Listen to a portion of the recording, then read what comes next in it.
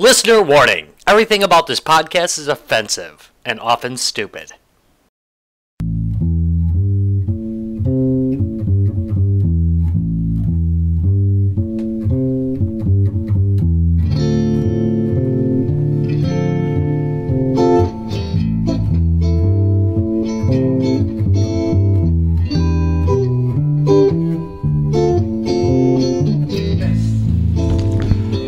Live from Bar Dunk in downtown Racine, Wisconsin. Yeah, I'm there. It's Guys, Games, and Beer! A couple episodes ago, I clipped off my head, which actually is probably an improvement, but, you know. Yes, I would agree. Yeah, okay, well, today we are going to talk about the Commodore 64, a.k.a. the best goddamn computer ever made. Prove it. We will. In this episode, we are going to prove that the Commodore 64 was the best computer ever made in all sorts of ways, hardware and software-wise. Apple II fanboys, you better run because you're about to have your delusions blown. We do that because Bar Dunk had forgot to run out and get a show beer. No, this is a show beer. Oh, it is the show beer now, but because we kind of forgot to get a show beer, we're going to do something we always talk about, and I don't know if we've ever done as a show beer, but we are going to do it as a show beer tonight. What are we drinking right now, gentlemen? Pabst Blue Ribbon. They're right here in Milwaukee, Wisconsin. Well, not right here. It's brewed by the Miller's Coors. By Miller? Yeah. That's right. Miller Coors, not Miller. Okay, so I don't know if we've ever done Pabst as a show beer before, but we are going to do it as a show beer. Just saying. Yeah, you might. No. If you're a hipster, you've heard of it. I do have a little bit of a story that I happened to meet the brewmaster at Miller. And when they were approached by Pabst to start brewing the beer, they said, well, we're interested in doing it, but we need to look at your recipes and see what you got going on. And then they went through the recipes, and what they brew today, what all the college kids are drinking these days is a really old recipe from the 60s that the brewmaster at Miller decided to go with.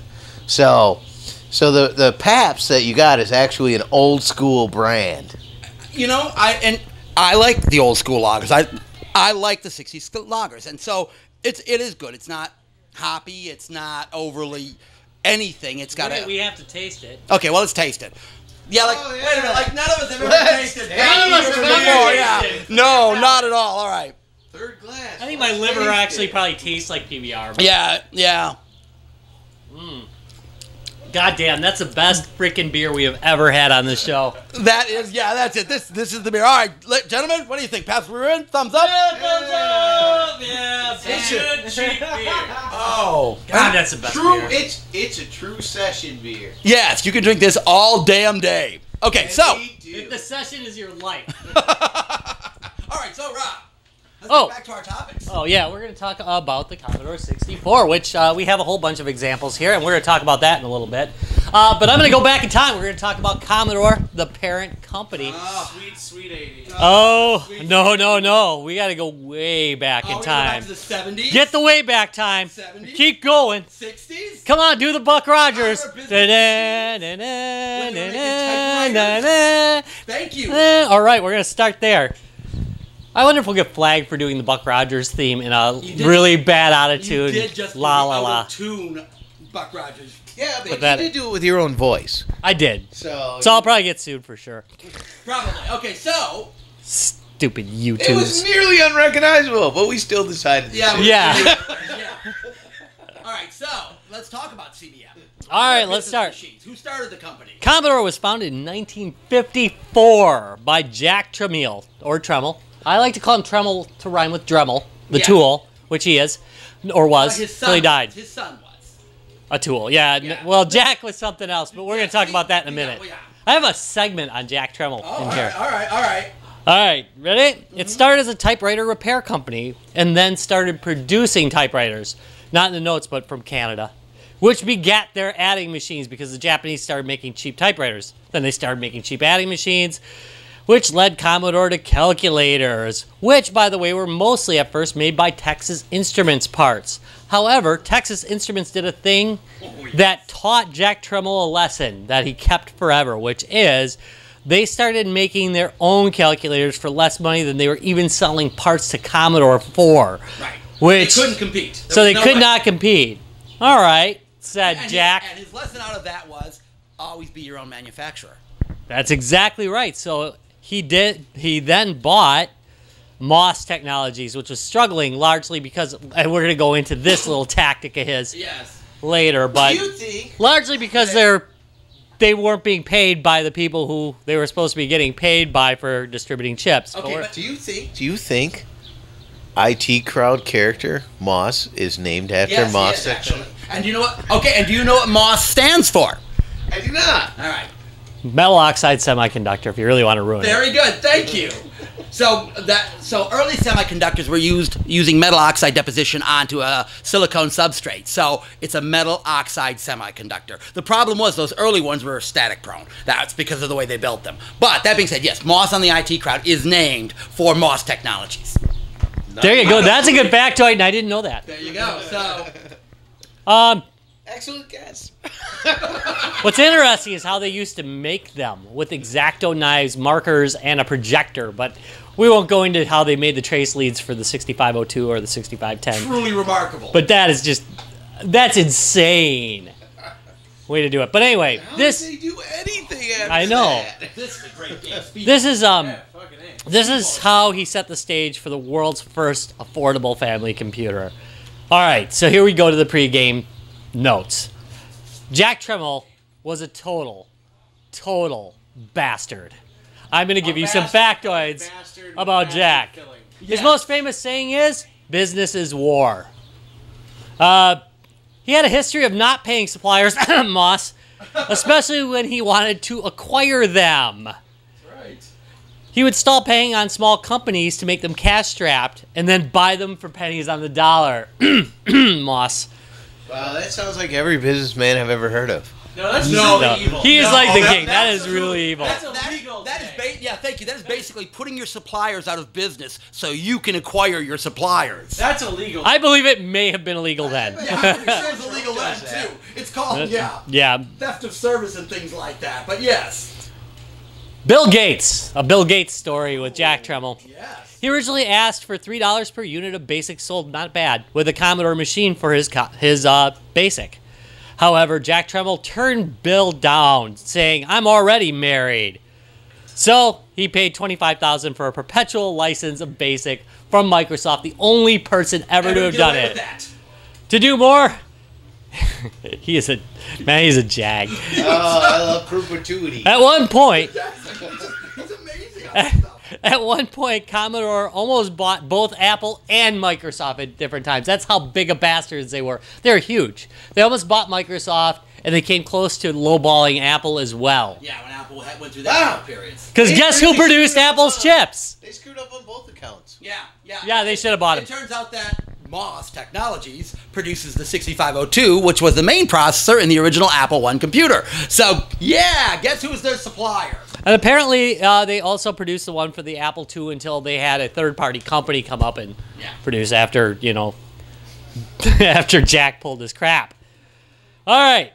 The name of the game, Jack Attack, for the Commodore 64 is a reference to Tremiel's legendary temper and random office outbursts. That game was named after Jack Attacks, which is what they called it when Jack Tremiel chewed you out.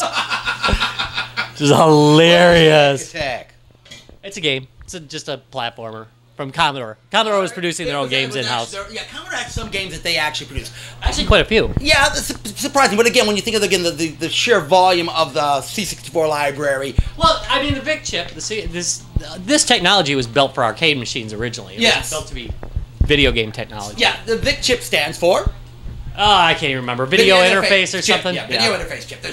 There's the SID chip, the sound interface device. So they're I mean, it was just quite clever. Yeah, exactly. It made perfect sense to what the chips were called. But these were revolutionary chips. I'm sorry, I interrupted. No, that's all right. I'm a hardware. We're going to be talking about that too in depth, and I think I'm going to have you go just crazy on that because it'll be a good section.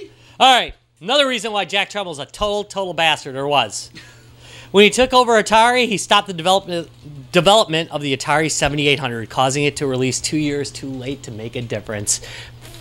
bastard. Oh, that sucks. Yeah, That was like their best. I love That is like the their finest 7800. moment. I know it's No, their but finest this is moment. when you say he took over Atari, that's after Commodore finally got rid of him. Yeah, but they shouldn't have because they folded. But anyway, he was a bastard.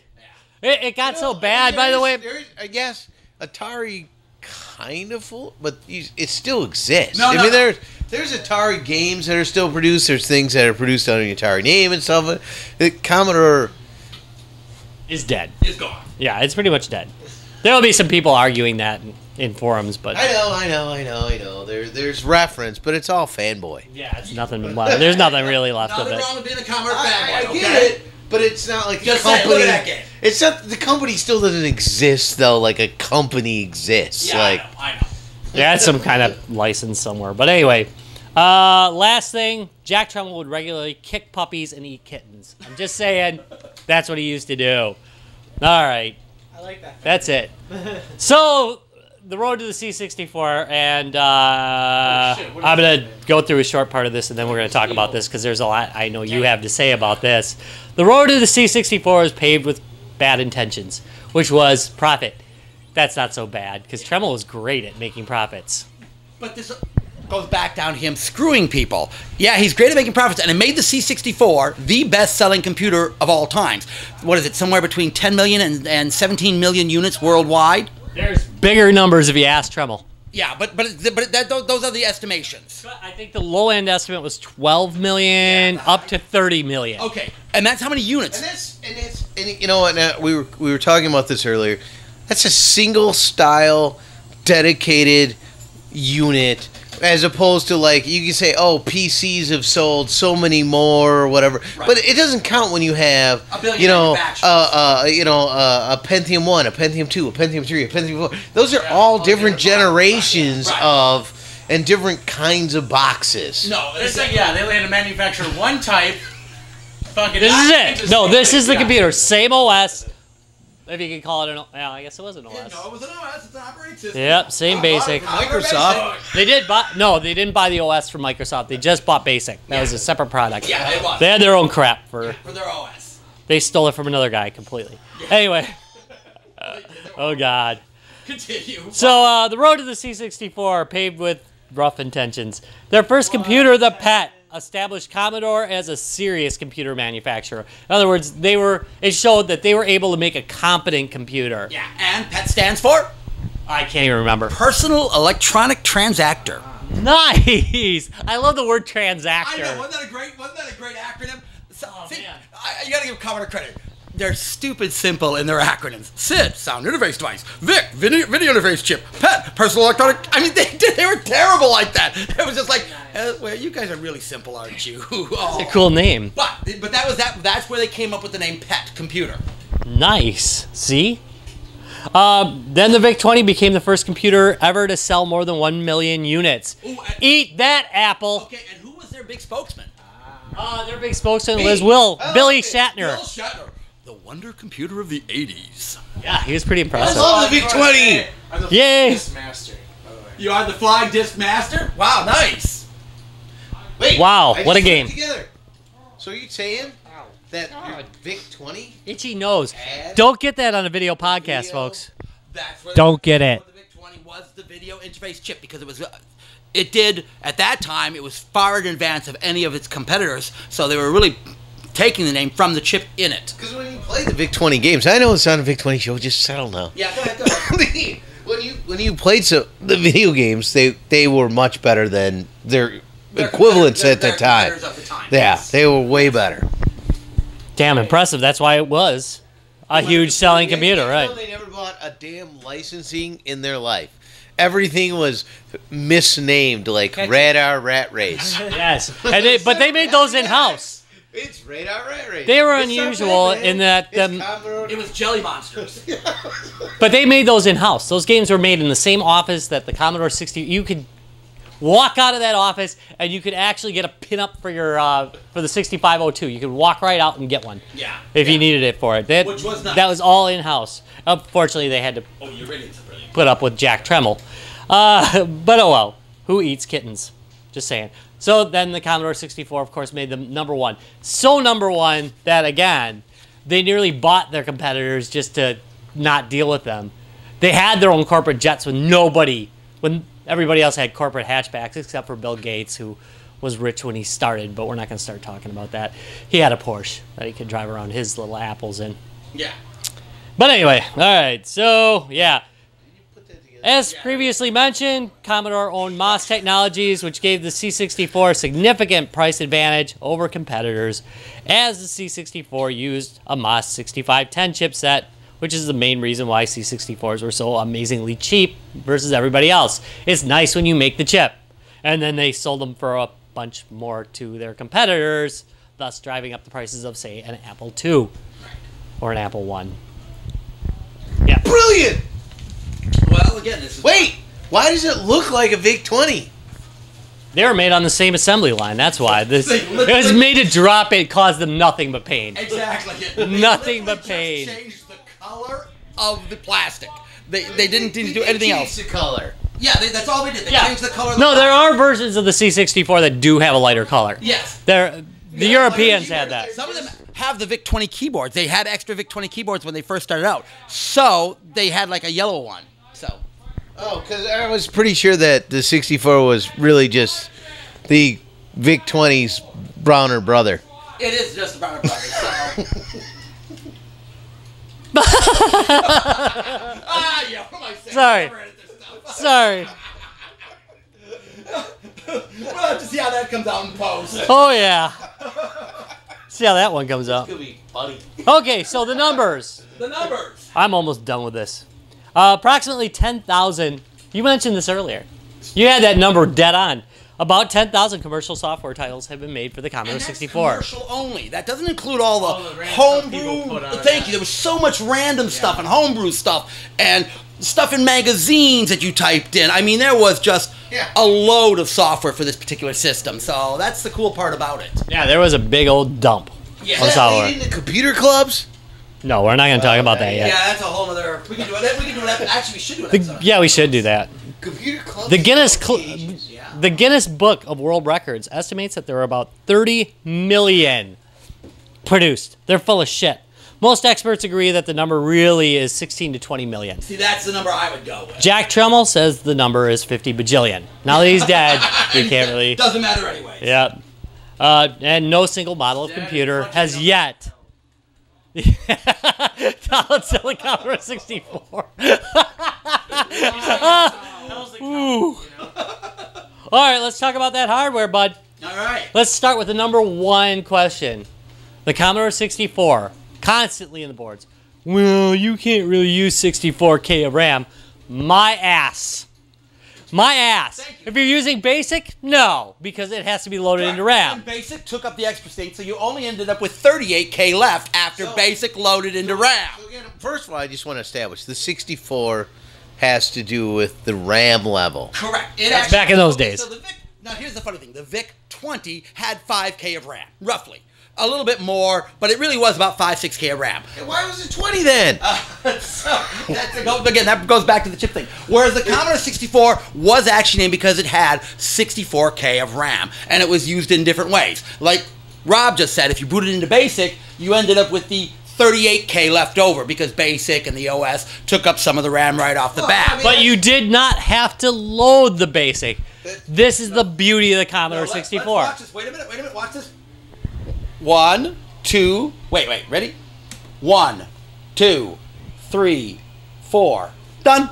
Computer's loaded. There's a boot up. That's how fast. Boots in 4 seconds. Yeah, when it's in ROM. If your OS is sitting in ROM, Yeah, it's amazing. well, it's not even an OS. It's just a language that is loading in. That particular, now, what you're going to go into in a second, I mean, that's so different than today. I mean, you have, you know, a 8 gig system. There's a portion of your OS that's taking some of that. Yes. Always. You know, Always. I mean, And see, that's that is just the way it is. But- exactly it. But That's in the not different. no, Exactly. it is because in the case of the Why is it Commodore different? 64, that stuff was stored on separate ROMs. In fact, if you would like to, you could blank the screen, thus turning off the VIC chip and not using any RAM for video. Use the entire 64, then take the I/O section of the RAM and cobble another 4 K and get yourself 68K. Let's see the modern computer that gives you more K than you paid for, and suck that up, Apple II people who lie their asses off all the time about how the Commodore 64 doesn't have 64. You're right, it has 68, you bastards. So that'd be like taking my turn your video 8 gig system And and not suddenly display it. having a 10K That's right. system. Right, right. Exactly right. Yes, unfortunately, you would have no I/O at all, no video. Your joystick wouldn't work, but hey, it's okay. You can probably loop it out, and then you can probably loop out, Yeah, finish yeah. your processing, and bring the screen back on. Yeah. That's pretty crazy. What if your joystick had its own I/O? Actually, but they had the CIA chips for those. Complex interface adapters. You used to program those Oh, things. hell yes. Oh man. So anyway, that was my rant on Apple people who don't know what the hell they're talking about. Talking about how the Commodore 64 didn't have 64 games. It did. Complain about that. It did, and it was like way less than half the price. Oh yeah, I was gonna bring that up real quick. Price? Originally, the Commodore 64 was $595 just by itself. It only cost $135 to make it. That was at the beginning, so it Yeah. got cheaper over time. Yeah, because they were producing them in such high volume. Now, here's the other thing that happened, though. And they were producing them. So, again, in typical Commodore Tremiel fashion, he screwed all his distributors. So originally, the Commodore 64, actually Commodore computers were usually sold by television shops, electronics shops, and not in the early days. So pre this, they were only sold by and computer stores. And it was expensive to set these stores up and to become these stores. And they spent bundles on this stuff. And then all of a sudden, Commodore started cutting deals with Target and Kmart, and they were buying big volume, and they cut them big-ass discounts and screwed every last one of their distributors. Damn, no wonder. And why shouldn't they? Why should they have to compete with Apple when they could just... Well, you know, in Commodore's defense, number one, when you went into like a computer store, the computer store was always trying to talk you out of using the Commodore, even though it had better graphics and better sound than the other systems, because they were making a hell of a lot more on the other systems, true. which is a load of crap. So Commodore going into the big box really just ensured their future. It did. That said, Tremiel was a bastard, but you know, I'm the first to say Kind of insurance. you would not want Commodore to have won the computer race. You wouldn't have wanted it to. To some extent, they won the war of their time. Yeah, they won They the war, they didn't win the battle. they won the battle. They didn't win the war. They hosed themselves. But anyway, yeah. So now here's something that you said you had to pay more for. The tape drive was originally $45 MSRP in the U.S. For the C64. Now, again, Yes, that's when true. When I was talking about it, this is when I bought my first VIC-20 and bought it home. It was about $100. They were dual compatible, right? Correct. Yeah. There's the later model, and I don't have one of the It's a earlier little models browner. here. Right. It's a little. The earlier models were much more like the type that actually came with the PET. These were the later models, which were a lot slicker, a lot nicer looking. They actually did a much nicer job on the later models. But the earlier ones were clunky tape drives with these gigantic cables coming off the back of them. And I don't have one here to show off, actually. You could hack them into your stereo system. You actually could, yes. Yes, that was an excellent thing to do. Everybody, why did everybody do? Oh yeah, we really just had a lot of time. Yeah. Yeah, we had a lot of time because I did that too. That's funny that you said that because I did that too. That's back when you were like hacking phone systems. I had that sucker plugged into my I had that sucker plugged into my quadraphonic stereo. All right, Commodore 1541 hard drive. Now this one had set you back. $599 was the original MSRP. Okay. So yeah, here is a Commodore floppy drive. This is the original floppy drive for it. In its original box, which apparently does not increase the price. No, strangely doesn't. But look at this. I still have the 1541 disk drive manual here. And you needed that sucker to learn how to load it back then. It's not a 12-inch? No, but it is a 5 1/4 inch floppy drive. So this is the classic Commodore floppy drive. Yeah, the original. You like that? Oh, dude, this one is like, yes. That's hilarious. So, but here's the thing. These, Hey, serious people kept those. no, seriously. So here's That's the only thing holding your head in. This literally is actually a full computer. I mean, this actually Yeah, has... it's got a 6502 in it. It's got a 6502 processor. It has RAM in it. There were literally copy programs that you could program this via the computer, disconnect this, and it would just sit and copy disks all day long, all by itself. It became an independent floppy disk copier because it has a full computer in it. It had an Apple IIe in it. Yeah, basically, yeah. It did. Are you saying that's a pirate ship? This is a pirate ship. You could fly this fucker all damn day. So, it was great. There was a lot of software for doing it, where you'd hook a couple of these together, and you could start just popping discs in all day and go all day, and you could play games on the computer the entire time. This Was it the 40? The 4040 was two of them linked together, wasn't it? Was it the 4040 or the 8080? Something like that. Yeah, 4040 or the 8080. I'm devil's advocate. There's no devil's advocate. Now, didn't the Apple come? You say it was half the price, but didn't the Apple come with a floppy? No.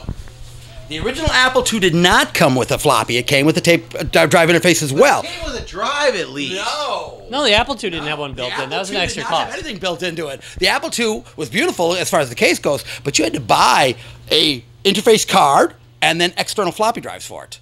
And in all honesty, They usually sold them in a kit, but they were Right. like $4,000. you paid more, but you could buy it with just the tape drive. So that is truly an apples to apples as far as like the price comparison of one versus the other. Right. They were floppyless. And it started really beating on it later. This didn't last real long, by the way. These prices didn't last real long. They dropped like rocks over the next 2 years, and the Commodore ad, How to Become Computer Literate, compared all the 64K systems, because by then they were all running 64K, which wasn't always true. The Apple II line didn't always run 64. In fact, you can get them in a 4K model, I think. Yeah. As I recall. Yeah. The Apple IIe, just the base model, cost $699 at that point. The failed IBM PC Junior, $699. The Atari 800 XL was $299, and the Commodore 64 was $219. Probably the $80 markup that they made on those MOS chips that they were selling to Atari was making that up. The graphics on this is really good? Holy crap. They just did a remake. They just did a remake of Tower. Yeah, they just did a remake. It's called Nebulous later Yeah, but on other systems. Holy crap, the graphics on this are really I good. totally played this game. I love this game. Like, it really feels like a 3D space. I know. This is why the Commodore was really a brilliant system. There was a lot of crapware and shovelware for the C64. There was a lot of shovelware for the C64. Oh, please, look at Steam. But thank you, True. But games like this showed you what could be done on it. Amazing. Wait, they updated this with Amiga, didn't they? Yeah, it was called Nebulous on the Yeah. Yeah, that's the version I exactly. played. That's That's what you're awesome. familiar with. You're the Actually, I think that was just the U.S. version. I think But it was even called this one played- I think it was called Nebulous in the U.S. and I think it was called Tower Toppler. Right, in other but this countries. is, again, just a brilliant piece of software. I mean, look at it, and it plays well. I mean, it just plays smooth. Look at that. And this is back when the Apple IIe was competing with what? 4 colors tops. When you had the color card, and most of them were green. 1, 2. We can go into that hardware in a minute. Yeah, we will. All right. So anyway, yeah, that's pretty impressive. The price advantage that they had against them, and that's one of the reasons why it sold well. And it had way more software than the Atari 400, or 800 XL, which was actually a pretty good machine. They had decent graphics. They had decent sound. I'm not like cutting on the Atari. Yeah, that's all I had to say about that. And I believe when you opened the box, cocaine came out, so you were totally addicted from there on. I'm good with that. What happened? Yeah, they had a deal with DeLorean. Ouch. That fact may not be You true. you kids out there might want to look that one Yeah, up look to that get that one up. joke. It was the 80s. Everybody was doing cocaine. But DeLorean more than others. We just had it at the market corner. All right, so yeah, I think that is all I have to say. I think we can go on to hardware. Do you want to take a break? I think we should take a break. Let's take a 5-minute break. Is this segment called whatever Tom wants to say? Yeah, it's gonna be. We're gonna talk about the hardware. I've got a lot of notes on the hardware, but Tom has a lot of like ancillaries to this, so I want to go in there. Internal hard drive. Yeah, he's got a lot on his internal hard drive. We'll be right back. This is a Commodore home computer system. With it, you can learn music, take care of your household accounts, file your lists, type your letters, get into telecommunications, and entertain your family. But it all starts with the Commodore 64 or VIC-20. And now is the right time to start because the price of all Commodore software is now up to 50% less. Commodore computers, in more homes than any other home computer. And we're back with more Commodore 64. Woo! We are on the hardware section. We're going to talk a little bit about hardware. Hardware! We're on the hops, too. Little kids didn't care about no stinking hardware. Yes, but us geeks did. So in the last segment, I ranted about how the Commodore 64 truly had 64K RAM, and you could address it. We're done talking about that. We are going to talk about the 6510 processor, which was essentially a 6502 processor, but had bank switching, which allowed those great things that I was talking about in the last segment. None of those things mean anything. Explain. Okay, so We already did this. We really explained it in the last section because bank switching is how you were able to pull off extra RAM. So normally with the 6502, which was an 8-bit processor, how much RAM would you be able to address? 32. 32. Yeah, All right. 32K. Math All right. terms. All right, so by doing bank switching, I could switch out the banks of RAM and address another 32 to get 64K. There you go. and keep them heated up and then go back to the other one. So a standard 6502 would have had issues doing 64K. So the 6510 allowed you to do that. Brilliant. Yeah. 6510, but basically, think of it this way. It's a 6502. It's the exact same instruction set, the exact same specs. No, it was a little faster. It was almost a whole megahertz. One whole megahertz. I don't know because it was like 1 megahertz. I mean, it's a 1.023 megahertz. It was like it was 0.023, I think. Fast. Yeah, okay. So It wasn't much. You know, I'm gonna ask this question off camera. We got into a bit of a discussion about the seriousness of the Commodore line. okay. So let's just take 64 as a running example of why was a 64 considered like a toy, but the Apple was considered, oh, this was a PC that I could run my business with. Because I could go to Target or to Kmart or any place like that, pop down $100 and get a computer. I mean, And how could you go wrong? Marketing. Yeah. Yeah. Marketing was the big thing.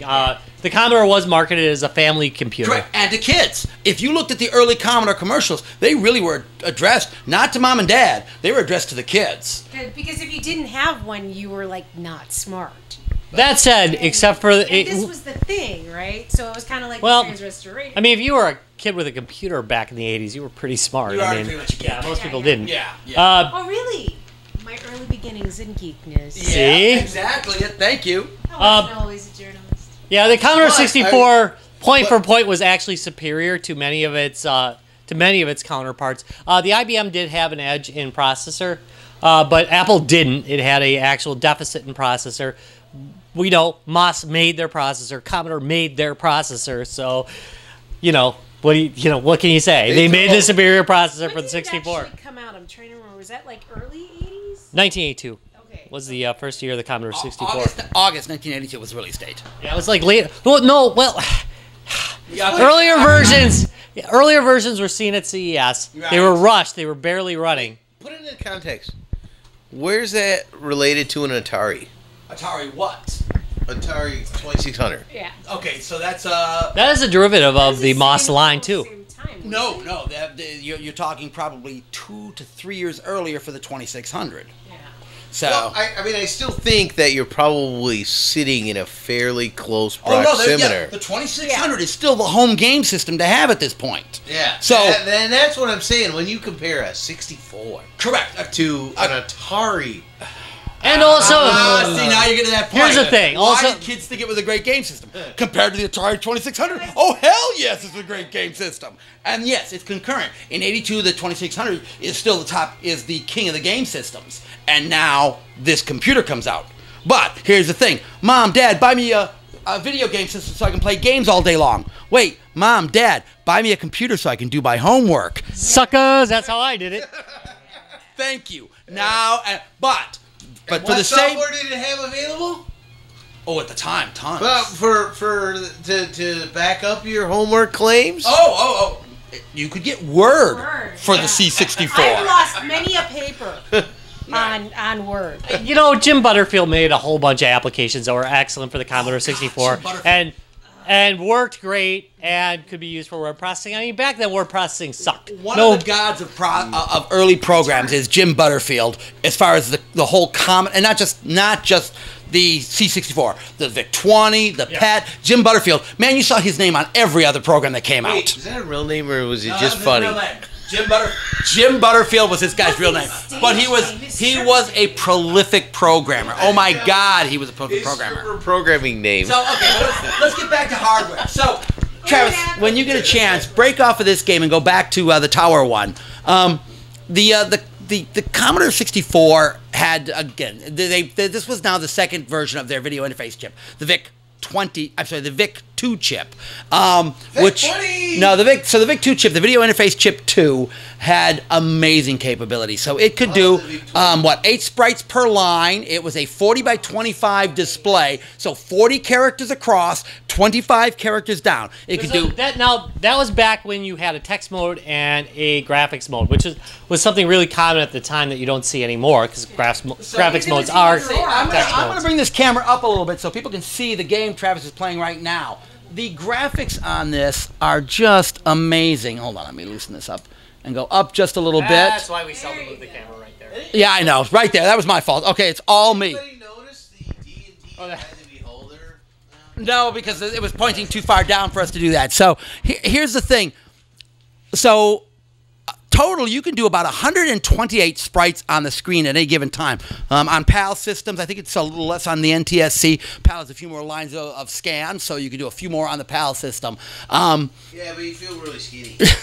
But you could also do bitmap graphics with this. So you also got like a 200 by 300 bitmap graphic mode on here.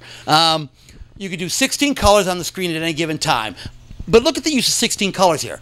They're not exceeding 16 colors, but look at what they were able to do with that few colors. This is when programmers had to actually work at it and make it work.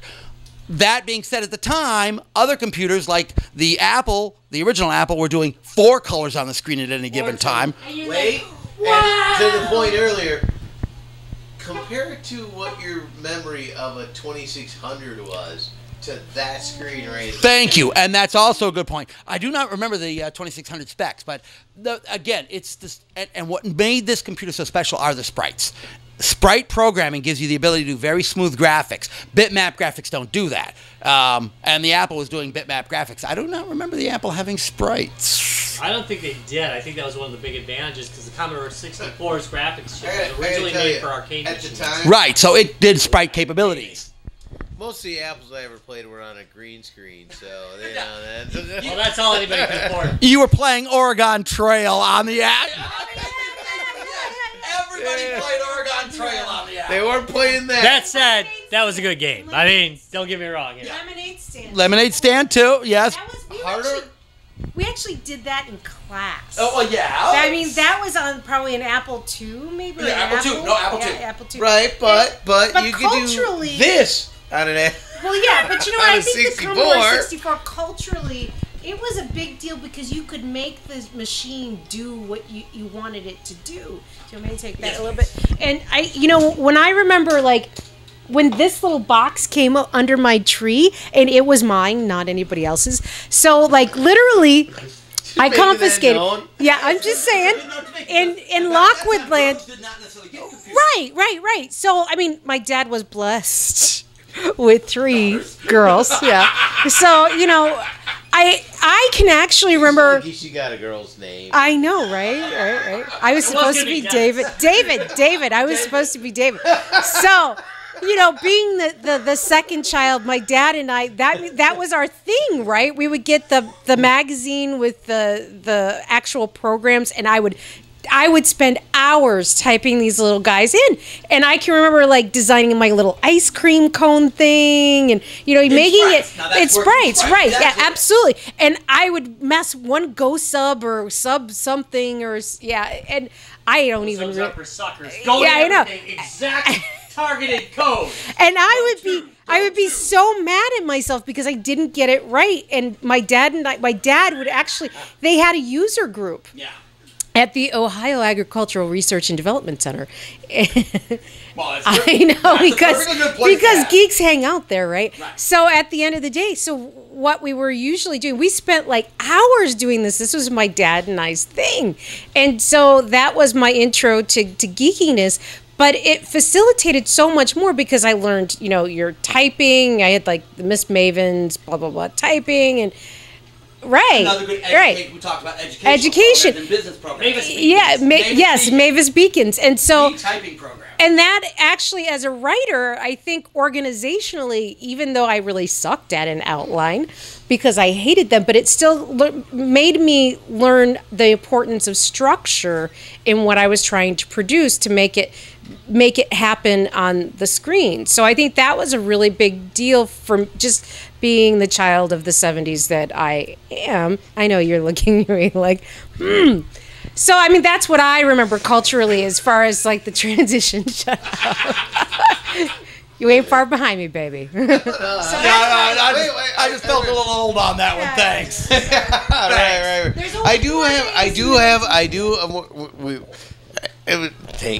We have a technical question, though. Yes. Did the VIC-20, now I skipped this step. I went from the VIC-20 to Amiga. Right. So I skipped the 64 step. You're a Radio Shack guy. And apparently the 128 step and the 256 step. I skipped all those steps and went right to the brother. And what? The Amiga. Yeah. I guess really like sister, right? Sister friend? Yeah. Anyways, Not even really. Yeah. I was just trying to conjugate my verbs in Spanish. Right. Anyways, did the 64 still have a standard TV output? Yes, it does. It has an RF modulator built into it. You can hook this directly to an old style TV set. Yes. Correct. So you didn't have to buy a special monitor. In fact, almost everybody I knew, I was like the only one who had a monitor. Right. This little guy made your life really easy, of which my dad did not buy one of those. I mean, like, literally, that guy, I mean, I can remember going through those stupid magazine things and thinking, what did I do wrong? And I would try to stay up till like midnight or something like that. And I couldn't get it right. And my dad would make me shut down. And I was like, no!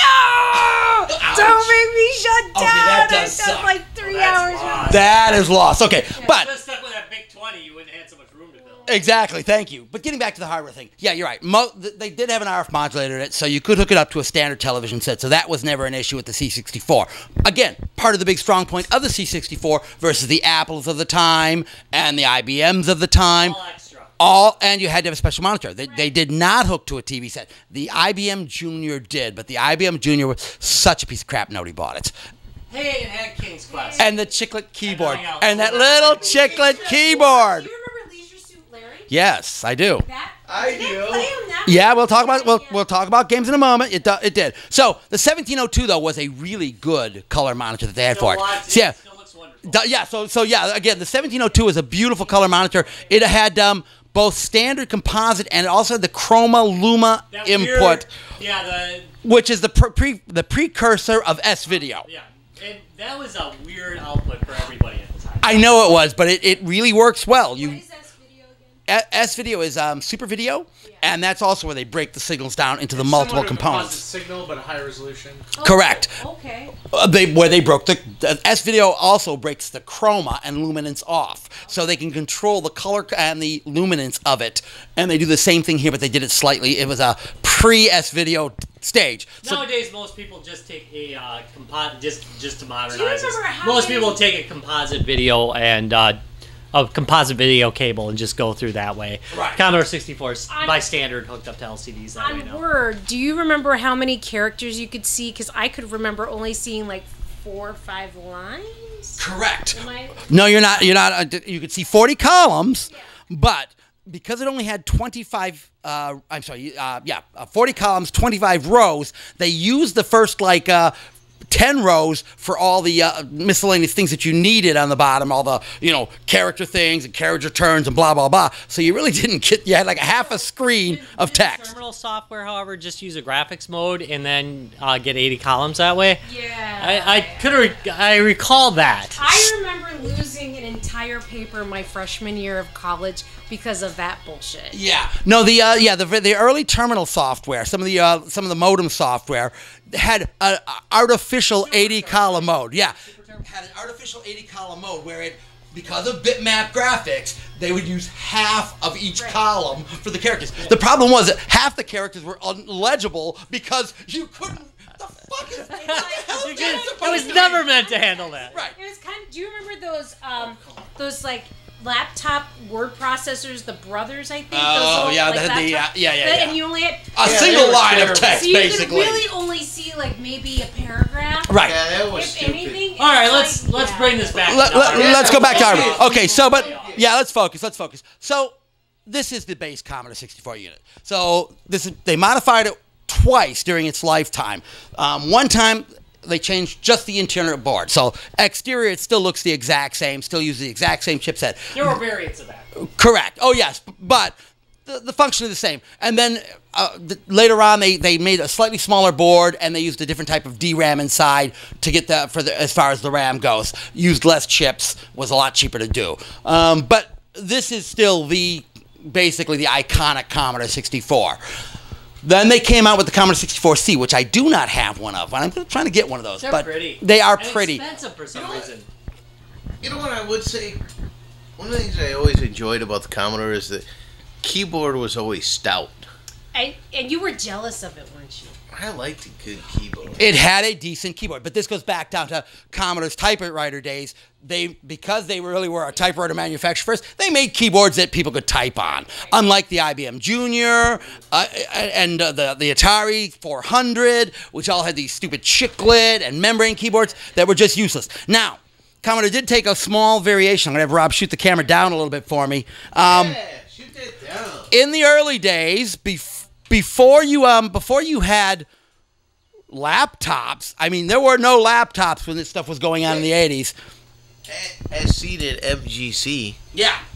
At seen at Midwest Gaming Classic, there were luggables. So Osborne made one. Who else made one? The Osborne's the one I'm familiar with. The only one I really remember. Yeah, me too. I mean, early compacts had that design. Yeah. So they were computers. I don't remember if Brother did or not. But basically, IBM variant. yeah, basically, they were some kind of CPM or IBM variant. But Commodore made this thing called the SX64, which was just light years. Sexy, didn't it? Sexy 64. It really should have stood for Sexy 64, but it was their Executive 64. Yeah. So this was. God, I wish I How had big the that ad. screen is. This is a. This is a 5.2. I'm sorry, a 5.25 inch screen. It. I actually had one of these. I worked for a company at the time, and I was traveling a lot. And I would take this and set it up at airports, and literally everybody would stop to see what the fuck I was doing. Because again, this is pre-laptop days, and here was this computer that had a color display, built-in floppy disk drive, and I would be running software and occasionally playing games. Be a millionaire. It was just, I mean, it was a showstopper as far as computers go. So, and then I had a little printer. I literally had this little, 40-column printer. plotter, right? Yeah, you remember that thing. Yes. Oh, it was amazing. And I actually had a printer. Matrix? No, it was a plotter. It actually had little pens and drew everything. And it was amazing to watch because it would write things out.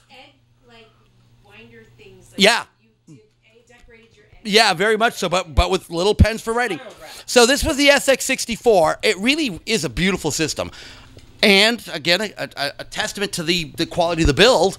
Here it is. I mean, that screen is freaking awesome. This thing is... Most of them still work. Yeah. I see. Yeah, they're hard to come by. This is kind of one of my pride and joys. But they are beautiful, beautiful systems. I'm running an Easy Flash cartridge in here, by the way. The beauty of the 64, there's still such an active community. This is a cartridge you can burn any cartridge or any game you want onto and load into your system. So it works exceptionally well. And it's dead sexy. So, but this was before the 64C, which looks a lot like the 128, and that's really what the C64 was. Right. The 64C was supposed to look like. Yeah, so they all had it. Somebody just kickstarted a project and got funded and shipped them for new cases in all sorts of cool colors. Yeah, for the 64. Did you see those? Those are awesome. Oh my God, they're gorgeous. You can The get one them. in red looked just beautiful. It was like a got fire engine. I spray like painted one that way. A beautiful fire engine, reds and blues and whites. Nice. So you can get brand new cases for your 30-year-old computer. Should have done it clear. I don't think. That would have fit the You know what? time. I disagree with you. Clear cases suck. It would have totally fit the time period. Yeah. Wait up, do you remember the clear CDs? Oh yeah. So, but again, the cool part is hardware-wise, they're still doing that. Also, the beauty of it is now. It's like the SD card. It is an SD card. So here's the cool thing, because the hardware is still so widely available. Somebody in the UK has built this. This is an actual SD card reader for your Commodore 64. It is huge. It works literally just like a floppy drive. And you put all your Commodore 64 games on your little SD cartridge, pop it right on in there, and you can go ahead and load it just like you did in the original disk time. Now, here comes the issue. All that work to make this beautiful SD reader, and it's still as slow as the damn original disk drive. What, you couldn't have sped it up? You couldn't have put, a fast load? Thank you. It's slow. It's really slow, but it really is cool. Well, I mean, is that slow or No? What it really is so the Commodore used serial communications for their floppy drives. This is all serial communications. So By serial, you mean 1 bit at a time. Thank you. Because what you actually have is a data line receive, data line send, not multiple data lines. So it has to go. It's sending in data 1 byte at a time. So it's inherently slow in the way they do data transfer. It's really not their fault. It's not their fault. But that being said, there are always, you can get the Epix turbo load. I love that. Epix. There's all sorts of turbo loading software available for the Commodore, cartridge-wise. Kick in the ass. Yeah, I believe that was what it did. But it really is software based. They're just doing better routines. Even when you buy the hardware based ones, the ROM chips, all they are is they've got better those have routines RAM on the on ROM chips. Which ones? The fast load cartridge. These? Is there RAM on them? There's RAM on these. Yeah. Yeah. Commodore didn't have that. What? The RAM? What do you mean? I mean, clearly it's got. It had both. It had both. It had all. Yeah, but that was the. These are ROM cartridges. No, but this was also. A way to save and load your software. But you could do it into RAM, but this is long-term storage. Okay. Again, the cool thing about the Commodore, all the hardware was fairly decently made. I mean, they really, in the early days, It was pretty stealthy. it really took a beating. You could use it for bleeding ever. I got a story from the C64 Facebook group. Okay. Someone took a VIC-20. It was in a bucket of freaking water. They took a week. They dried it out. They blow-dried it. They put some of that crap in there that, what do they call it? Desiccant. Yeah. Desiccant. Desiccant. Yeah, they put some desiccant in there. They powered it up, and it worked. Wow. I missed my VIC-20.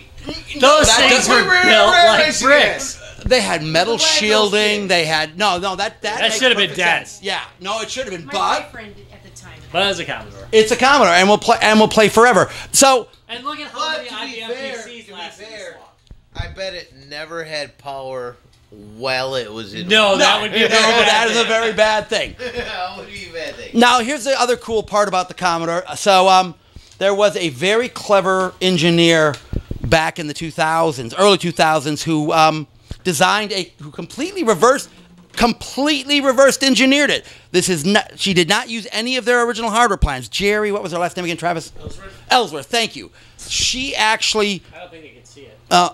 She actually built this little device here, which is a complete Commodore 64 built into a joystick. Now, if the cameraman wasn't sleeping, it was they sold this on QVC, and they sold like a bitch load of these things. They just sold a ton of them because it was so cool, and there were so many people who remember the Commodore 64 fondly. QVC. Right, and QVC sells everything. Yeah, know how to sell stuff. So here's the cool thing about it, which most people didn't know.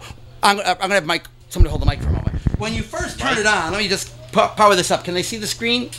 Bring that screen up just a little bit so we can see the screen. When you first power it up, it boots into this little Commodore mode. I'm going to raise this up a little bit. So I'm going to power this up so you guys can see this. So when it first boots up, it boots up into this little Commodore screen, which was kind of nice that she gave credit to Commodore where credit was due. Even though Commodore was dead by this point. There was no Commodore. She asked permission from all the companies to use their games in it, and gave them credit in the beginning. Loads like a Commodore screen, and people are going, geez, wait a minute. Before it goes to this menu, that looked a lot like a Commodore screen. And turns out, yeah, there was a full Commodore computer in here. So if you take this unit and you turn it on and you wiggle the stick back and forth, left and right, left and right, left and right, like this, watch this. So instead of going into that cool little menu that they put in the beginning, I'll just keep going this. Wiggling it back. Go for it, man. Hey, summer games, guys. Summer games, okay? Watch this. Oh, wait a minute. Now it's just gone into a load menu for the directory. Oh, look. And I can go to the basic prompt. Basic prompt? Oh, wait. Load basic prompt. How do you go wrong? Asteroids? So at this point now, and I can't... Okay, now I'm at the basic prompt. I can't remember any of these things. But somehow or another... Let me see if I... Oh, there it is. I can go to the on-screen keyboard, and I can go L... Whoop, I got one too. Hold on, I got to... Backspace it. Can you run Hello World? Delete. You could. No, you could. At this point now, this computer has turned into a fully functional. It'll take 2 hours to type that out. Commodore 64. I'm going to wait. I'm going to type this out. Wait. Load. Wait a minute. Where is it? Load the thing it was gonna load anyways. Where the heck is the quote? I can't wait. I gotta go to shift. Wait. Shift. So they literally built a fully functional Commodore 64 into here, and it's actually just hidden right under the surface there. I loved all the character stuff that was an optional. Well, that's how, in the early days, that's how you did graphics. Oops, that was shift. That was not what I wanted. I wanted this one, I think. Did you just load everything? Yeah, wait. I mean, this was like pre-cell phone? Like... This kind of shit? Oh, yeah, no. The graphics are, yes. Because this is like... Catherine. But this being said... Oh, hey! You are rusty, man. I am rusty, guys. But the bottom line is... No, he actually did it right. It's just that it's not there. It's not there, right? Yeah, I forget. You have to type it something else. But the whole thing is, if you can get your hands on these, and you can still find them around, they are great. People have made little full Commodore 64s with the 1541 plugs on it and joystick plugs on it. What's that? There's your comma 8. I think someone's hacked a printer into it. Yes, they have actually. You are correct. I lied. I didn't know that. No. Because the printer is the same port as the disk drive. So it turns out that all the connections for a full Commodore 64 are right in here. Keyboard, everything. So you can literally put a full keyboard on here, everything, and make this little joystick into a full Commodore 64. Wait. So if I was to buy one on eBay, do I buy one of these or do I buy one of these? Buy one of these. Buy the real thing. Buy the real thing. This is cool and fun to play with, but this is going to get cheap and works like a Those are about $20.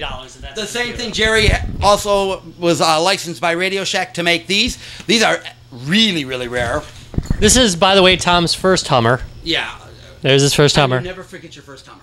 Okay. I wonder if they wanted their store back. So Radio Shack licensed this. So this actually runs a game called Hummer Off-Road Racing, which is actually a C64 game on this little thing. I didn't know that. The whole chip in here is, again, there's a self-contained C64 in here that if you want, you can hack out and make a thing. These, though, I had no idea. These they sold a bitchload of this. These they did not. These are really, really rare. So I probably will not hack that one. I'll probably keep it as a Hummer. I say hack it. No.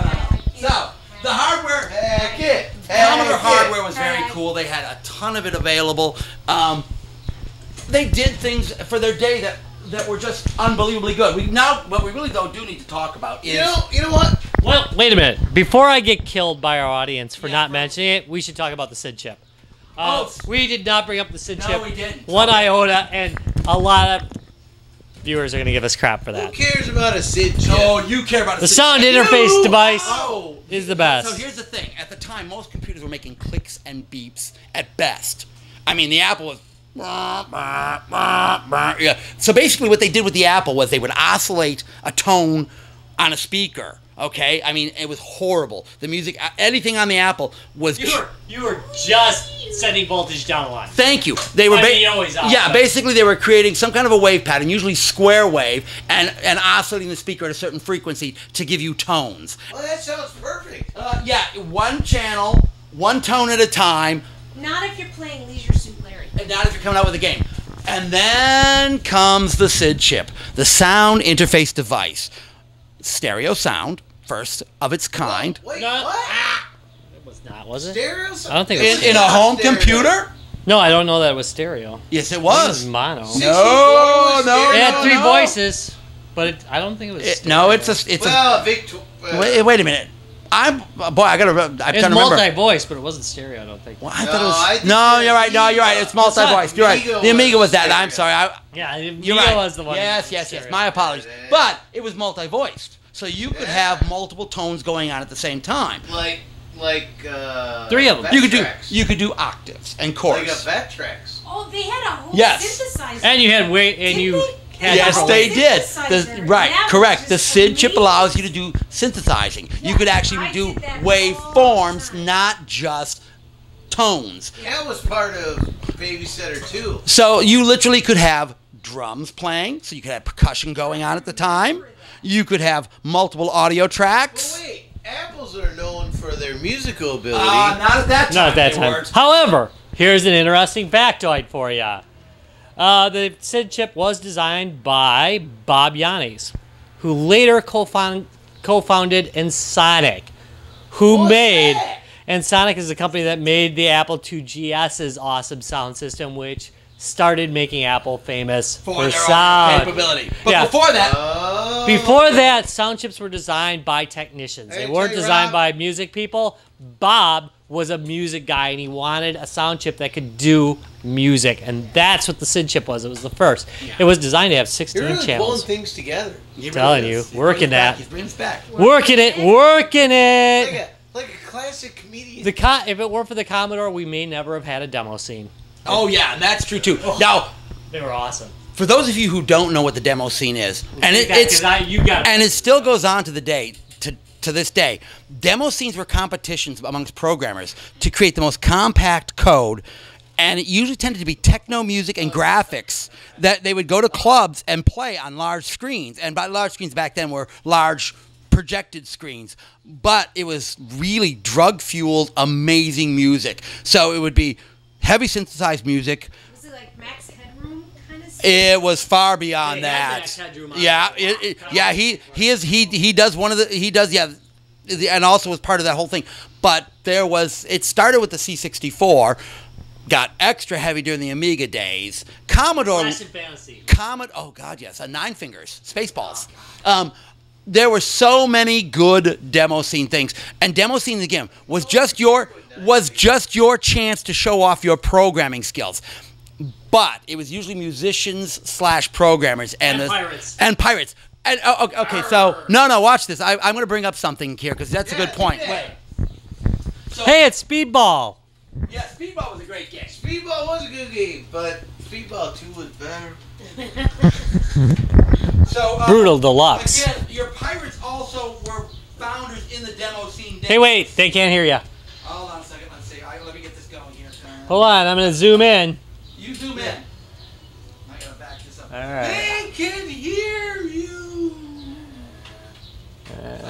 It's been a while since I typed on these keyboards. Which I already established are terrific. Yeah, they are terrific, but here again goes slow. So in this particular system, I'm running another SD card adapter. This is one out of the States here. It's really quite good. My only complaint about this one is it's a little bit more for you hackers. For you guys who are experts in Tom's back, let me show you.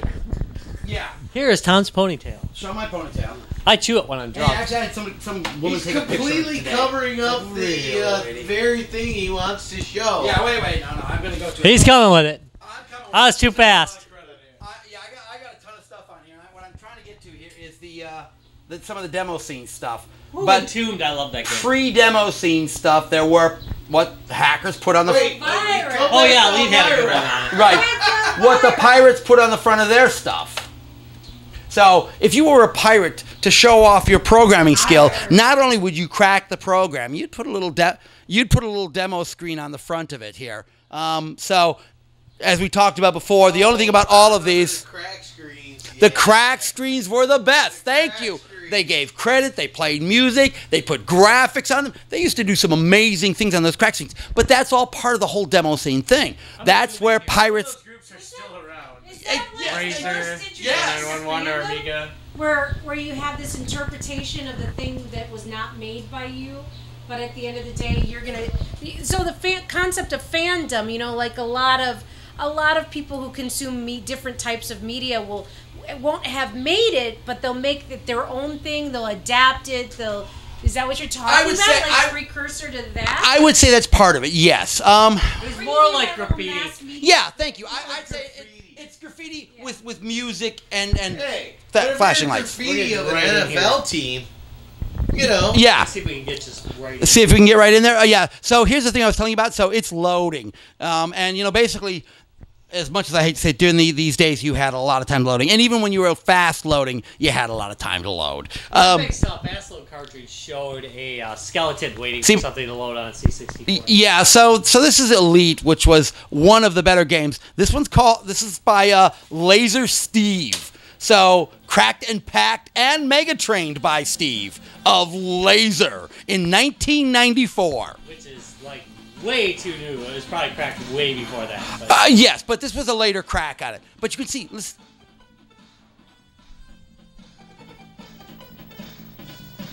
Again, great use of the sound chip, doing, you know, all sorts of little graphic effects, that rainbow effect on the screen, where they actually were able to get more than 16 colors on the screen at any given time. Look at it, give your BBS number. Yep. So you could call it and download more software. But again, you know, it was usually a shout out to other groups. They'd show off their graphic capabilities and do whatever they could do. Again, also showed the capabilities of the hardware. And that's the whole thing the demo scene did. The demo scene pushed the hardware to its absolute limits via software. And looked amazing. It did. Some of this stuff is amazing. So. All right. I think we're going to wrap it up. I think we've gone heavily. You know, we have.